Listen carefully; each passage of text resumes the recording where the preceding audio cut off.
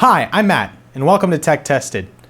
We're going to be testing something that's a little bit more current than Mantle. Today, we're going to find out how many cores you need to maximize your gaming experience with DirectX 12.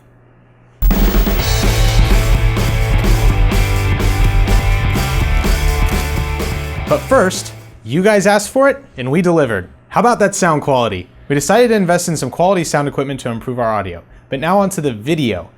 Today, what we're going to be addressing is DirectX 12. Last week, we discussed Mantle and how many cores it could utilize.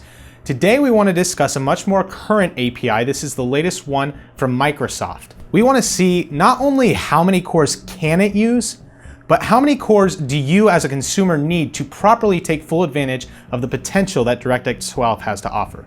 We're going to start by doing a benchmark to see how many cores DirectX 12 actually utilizes, much like last week. We're going to be running the benchmark on Ashes of the Singularity. This is currently one of the only softwares that allows you to utilize DirectX 12, and we're going to be monitoring the core utilization on this monitor to see how many cores DirectX 12 actually uses. We have our 8-core 16-thread CPU test underway, and as you can see, DirectX 12, much like Mantle, is utilizing all of the cores very evenly across the board. This is very good news for those people that are using computers with a very high core count.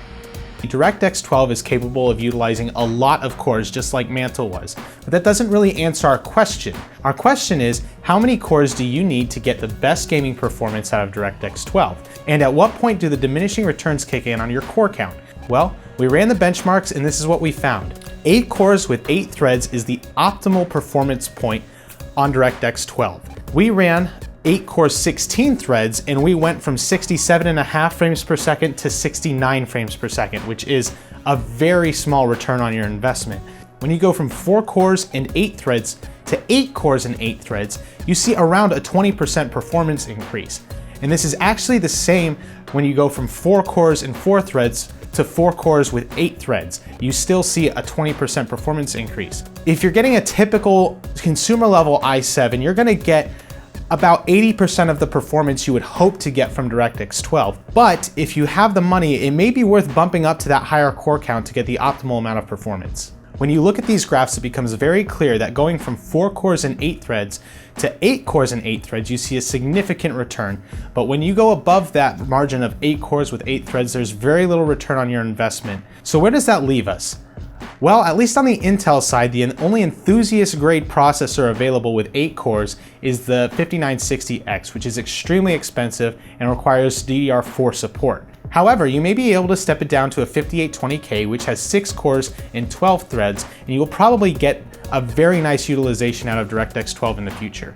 Anything below that, you really want to at least have that 8-thread threshold to get about 80% of what DirectX 12 has to offer. I do have a disclaimer to tell you. This is a perfect world scenario where your entire CPU is being properly utilized in a game. We are also basing all of this just off of one game. And we're also using relatively old processors that don't have the best hyperthreading technology, so you may be able to get a little bit higher performance out of modern processors with hyperthreading. At the end of the day though, 8-core performance is the king of DirectX 12.